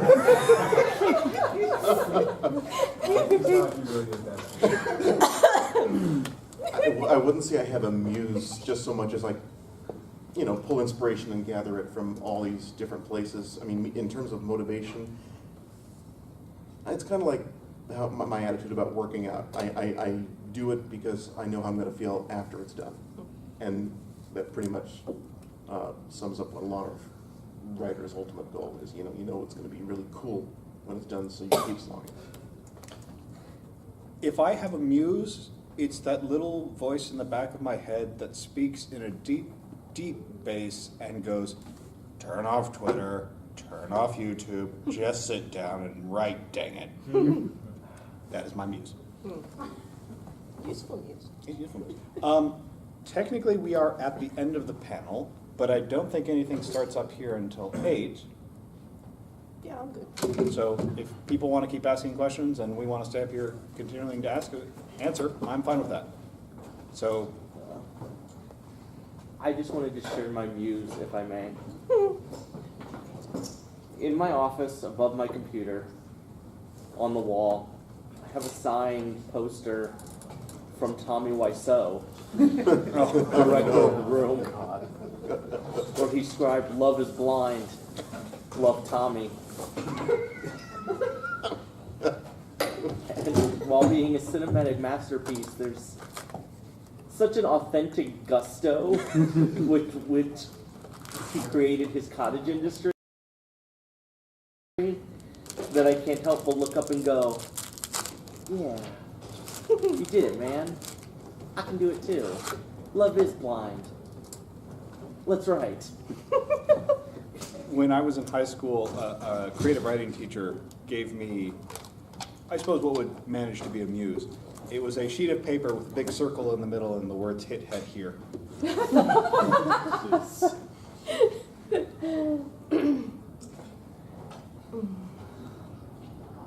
think maybe people are waiting for us to be entertaining without actually prompting us. Oh, now I'm curious. Is there any questions you want us to ask? Is there anything you feel we should know that you haven't already touched on? Is there any direction you want this to go? Any specific field or aspect of the community or writing or learning that you would like to talk about, that you'd like us to try to aim for? That's a very long-winded way of not asking a question. It is. There's a question mark at the end there. Was there copy edit? Is there? And question. Rising tone. There was that. Thank you. Go ahead and rising tone. Rising Is there a tone. question that we wish that someone had asked us in advanced writing? Why do you trust us? Well, Mog is terrified to be on a panel with you because you're you, so he trusts you. Me? What do I look like the most harmless person ever? No, Maggie, not that. how No, many- it's the How imposter many syndrome. novels have you written? 50? All of them. 30 or 40? There you go. That is why you terrify people. No other reason. It's not your personality. It is the sheer volume. But anybody can write lots of novels if they just work every day. But you have done it. Oh, okay. Well, it was either that or sit on Twitter all day, right?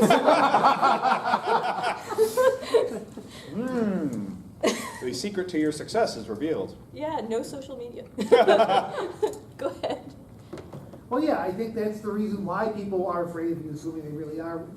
You make them feel guilty because they realize that they could be writing as many novels as you are, but you know they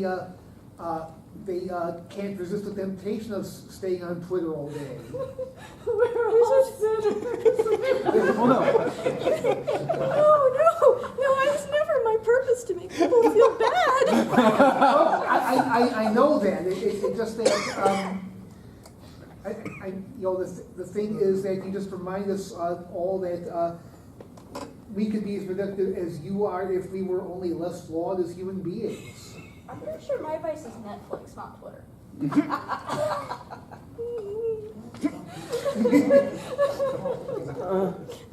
I'm really not that big a deal. Says the person who said not an hour ago, if I wanted to quit my job and write, I could. Well, yeah, but I mean, but that's like, that's not like because I'm special. It's because all I did is sit down and work and work and work and work and work. I mean, people are like, oh, I've been working at it for like 20 years. So if I cannot afford to quit at some point, well, and lots of people who work 20 years are either doing hugely better than me or not as well as me. So it's like it's a complete gamble. So I don't see why everyone should look at me and think, wow, you're so special. It's like Work scares people. Truly terrifying. The worst horror. But if I didn't work, what would I do with my life? I mean, what is Waste there? it with useless stuff, like the rest of us. I guess I could crochet or something. But my mom does that better than I do, so. That's just writing with yarn. Now you see, I've seen people do math with crochet. I have seen that, yes. See, that's special. Why are you still? Because why are you still looking at me? No, I have a question, and I think that you actually. I'm just saying very briefly that you can use crochet to create surfaces that normally you can't create because you don't have full ability of things. Are you trying to buy us off with Pocky?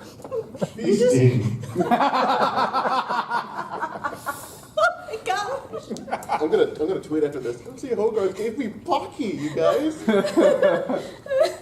I have lots of it, so I'm trying to get rid of it. But not because I don't like you. I want you all to have Pocky. It's not.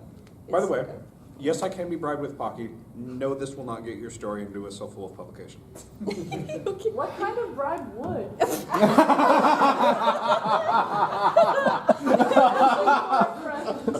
That's the kind of question they wanted us to ask. If you could pay enough to buy through an entire print run of whatever you were trying to get into, Well, there we you might go. consider it. How much is one of those? I don't actually know. I don't do that. Do you take credit? No. No. What was your question? If you're lucky enough to have this not happen, you suck. But if and when the imposter syndrome hits, how do you work with that and get over it and get past it and talk yourself out of, no, I'm not an awful piece of shit. This work is actually decent. I still haven't. I just talk about it less. Because if this gets back to Kyle, he's going to come here and snip my head off. Oh, yours too? Mine too, yeah. Yeah, no, yeah. He taught me, he learned me, yeah, on that one. Did he learn you? What did he say? Yes. Talk that way about your stuff again, I'm gonna pinch your head off. And I never did again. I never thought Kyle was so violent. He seems like such a mild-mannered sort of person. He is, most of the time. Okay, remind me not to get on his bad side. Yikes. When he takes the fedora off. Okay, what is your answer to imposter syndrome? Okay, so I want to tell a professional story. So, again, I am a mathematician. That is what I do for a living. The highest honor that you can be awarded in mathematics is the Fields Medal. This is basically our equivalent of the Nobel Prize. About a year and a half or so, in the course of my research, I had to read about a dozen papers by a Fields Medalist winning mathematician. They were terrible. They were written worse than the papers I wrote when I was in first year grad student. Wow. They were awful. They had great ideas, but there was no, what do I want to say? Development. There was development. There was no quality of writing. There was no execution on it, right? That a lot of the things that we would just take for granted of being good writing skills were just absent. And I kind of realized, oh. Wait, he won that? And he writes like that? Oh. it's not like that immediately just destroyed imposter syndrome forever, but that kind of helps whenever I start feeling that way to go, oh gosh, I am so terrible. What in the world do I think I'm doing? I don't have a field medal. And I go, oh right, but those people do. Okay, I feel better. Would you equate that little story to Dilbert in a way? Considering that Dilbert has the most simplistic art style that I've ever seen in comics, but has the most wonderful ideas.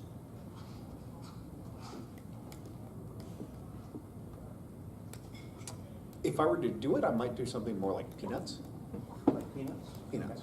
So I think that's an even simpler level of things where you still manage to get good comedy out of it. And then you go to the Garfield level, which... No, we will not go to the Garfield level. Until you take out Garfield and then it's hilarious. Everybody doubts. Everybody does. And you want to be confident enough to keep going while understanding that doubt keeps you humble. And that's not a bad thing. A phrase I remember hearing is, you need to be your own biggest cheerleader and your own harshest critic. So, the part of that... Oh, it gets schizophrenic. The part of that being your own biggest cheerleader is you need to say, no, I can do this. Yes, I can write a great novel. Yes, I can write a great story. Yes, this was good. You need to be able to say that about yourself. Even while the imposter syndrome is saying, but everyone else is so much better. No, you're good. I've actually had to do that with authors in the fandom, but they're going, oh, I could never submit to Soph if I'm not good enough. I say, submit! Do it! Just give it! Yeah. I think when you first start out, you need other people to push you, but eventually it becomes a habit to keep going, and then you'll just keep going, and you're like, wait, but I kind of want to just stop and give up forever and just on the sofa crying miserably and yet you're still working. I'm like, I'm trying to have a moment here. And it's like, well, okay, I guess you just power through it at that point, and then everybody's like, wow, you never doubt yourself anymore, and you're like, which is why I asked my question, because the way you're fake breaking down over here, I'm like, no, it works. well, and then the worst part is when you get really good, it's like, the stoic person who never breaks down and is always like good in a crisis and all that, and everyone assumes they never need help, and so they're just going along and they're like crumbling from the inside, and everybody's like, we're still relying on you, and they're like, it's like once you get to a certain point where you don't talk about it anymore, everybody's like, oh yeah, you're good, let's move on to the person who's obviously breaking down. You're like, I'm just trying not to make a scene, please go back. Well, not talking about it and not internalizing it are two different things. It's so true. That's where the DPT comes in. But. You did. Yay, internalizing. No, I'm good. Okay. But I will not put you in a Sophal publication if you give me more. I have a book with Sophie. I know you do. That you guys don't sell. I haven't seen a royalty statement in like 4 years. You're a mathematician. Help. It's not marketing though. Sorry. Okay. You have a question. So, how do you deal, and this is especially for people who have their first work out there, how do you deal with people that are like, so what's your book about? I personally want to crumble into a puddle of mud and go hide under a table whenever somebody asks me that question, which seems very weird since I'm self-published, so I did it to myself. But how do you deal with that question? So is this the question of you published a short story and now people are going, well, what's the book? No. It is a full novel, but somebody will come to me, so what's your book about? Oh, so you're trying to describe the book you yourself published? Yes. But I always feel like I want to go hide under a table when somebody asks me that question. How did you write the back of the book blurb? Huh? How did you write the back of the book blurb? I have no idea. That should be a good summary, right? I would think. I guess this is a confidence question. How do you face that question? A compliments question? That's on piggybacking actually on the imposter syndrome thing, where I really suck at describing my stories. Instead, I just usually tell people to read them because I still struggle with the temptation to play everything down, which is exactly the opposite of what you want to do. You want to get the person engaged, and so I still actually haven't found a solution to that. I'm working on it. I'm actively working on it though. So. My response, and I'll probably do this more during the Submit and Publish panel, learn an elevator pitch. So the elevator pitch is the idea of you are trying to pitch a book to someone. You have from the time that you both get on an elevator to the time that one of you gets off. So you've only got a couple of seconds. So just have in the back of your mind an elevator pitch for your story. And then whenever anyone asks what's your story about, you just go, oh, here's my elevator pitch. You don't even have to think about it, you're just reciting the thing you already know. I would not think of it as your book and think of it as your audience for your book. So, if you ask me, oh, what's Earthrise? And I'd say, it's a space opera romance between an elf spy and a human merchant. And if you like, God, it's like completely lost. If you like Firefly and Andromeda, you'll like it. So I find a couple of series or shows or something that are sort of similar. I put it in a genre bin. This is space opera. This is Mill SF. This is furry slice of life. And then I try to summarize it as a marketing carrot kind of thing, and don't even think about what it is. You just want them to think, oh, that's the kind of stuff I like. Okay, I'll try it, and then you don't get involved with it emotionally at that point, really. That's exactly what I wanted to know. I learned a thing. Yay! I kind of want to go off that and just the idea of putting your story into genres. This has good sides and it has bad sides. The good side of it is if someone really likes a genre, you get the benefit of saying, oh, my story is a mystery. Oh, that's great, I love mysteries. Alternately, you could say, oh, my story is a mystery. Well, this didn't really come across as such a great mystery to me. Are you really sure you want to call this a mystery kind of thing? Who would say that? That's so mean. Every internet This is like the constant complaint over RPGs, right? Is it JRPG, is it a Western RPG? People will fight to the death over that one. No, yours isn't really an RPG. This is what an RPG is supposed to be, right? That's kind of the problem. So genres are a great way, provided you don't, what should I say? Don't over-rely on them. Try and paint in broad arcs, right? What is the feel of your story? Is it a light, happy story? Is it a serious story? Is it a story to make you think? Is it a story to make you laugh, right? That can be one sort of, stroke of which you describe your story. A general form of your story. Is it a heist story? Is it a mystery story? Is it an adventure story? Those things are kind of another broad stroke that's useful to draw.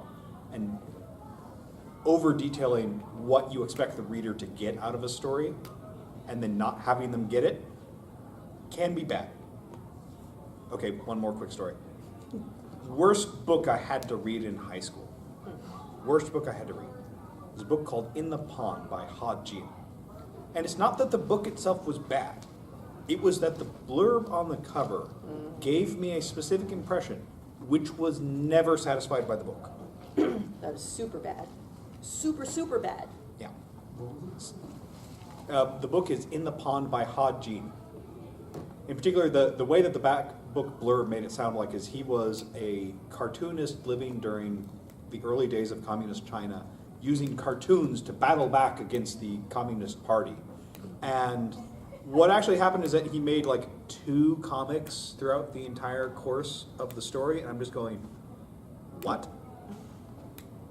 So what was the rest of it about? The fallout from like one comic occurring. Oh, so it was like a terrible, sad story. It was bitter at the end, yeah. So sad.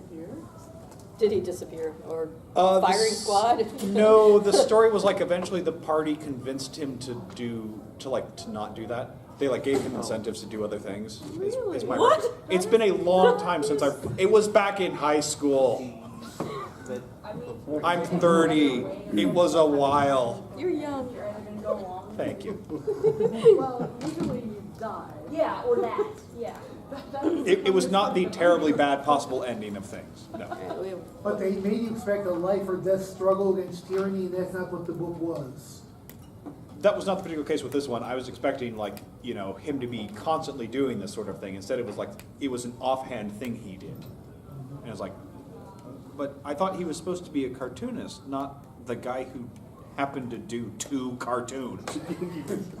Maybe someone should write that book. You're bitter about that, aren't you? I am, because it was the worst book I had to read in high school. But was he ever in the pond, though?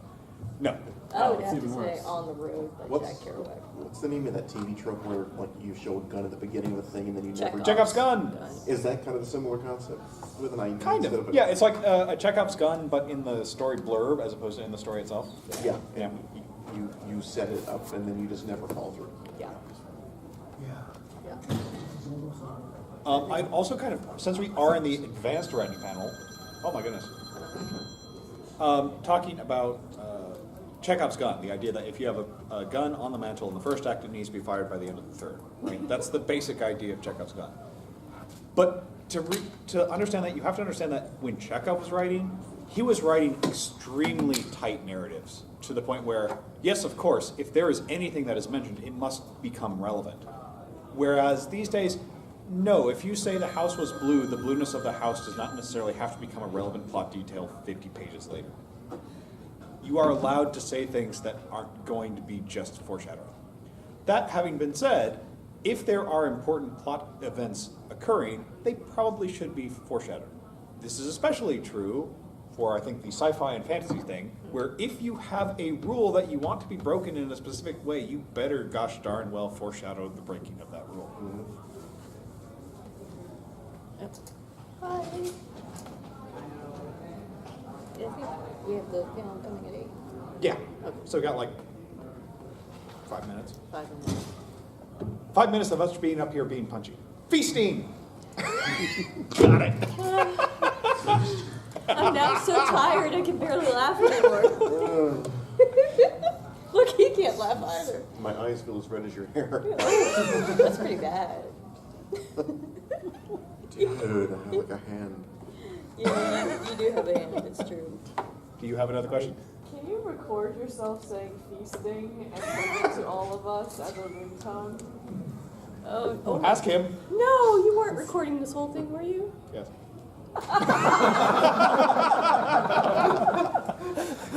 That's why. No, I just set up a camera for, looks. I thought maybe it was like taking snapshots or something. It's on the 24 times Zoom. No, I sound terrible. Say hi to YouTube. No! No! Where did I say anything mean? No, we stopped you from saying the main thing. Right. You were polite. He was polite all the way through. Okay, good. Because I don't want to hurt anybody's feelings, because people are awesome. Even slightly less awesome people are awesome. Except when they're mean. People are going to have a ball playing this back to you 20 years from now. In 20 years, I'll be in my 70s and I'll be like, I don't care. Oh, that does remind me of another funny story of Ursula Le Guin, who, by the way, is a great author. You should all go read her. She writes lots of great stuff. But there was a story of, at one point, a newspaper article came out calling her the queen of science fiction. And her response to this is, never let your kids hear you being called the queen of science fiction, because you'll never live it down.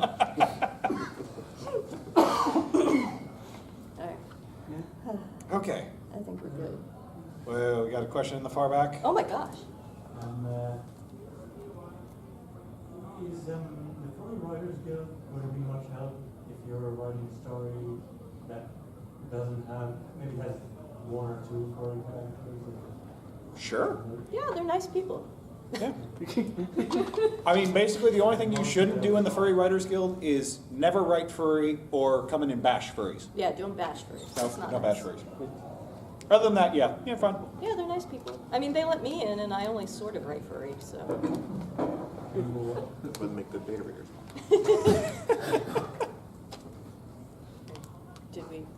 get No, everybody? nobody else? Okay. All right. Well, thank you for attending. What was this? I don't know. Writing. Advanced something. Advanced writing techniques. Writing Foundations Advanced. There we go. Writing Foundations Advanced. Thank you all for attending.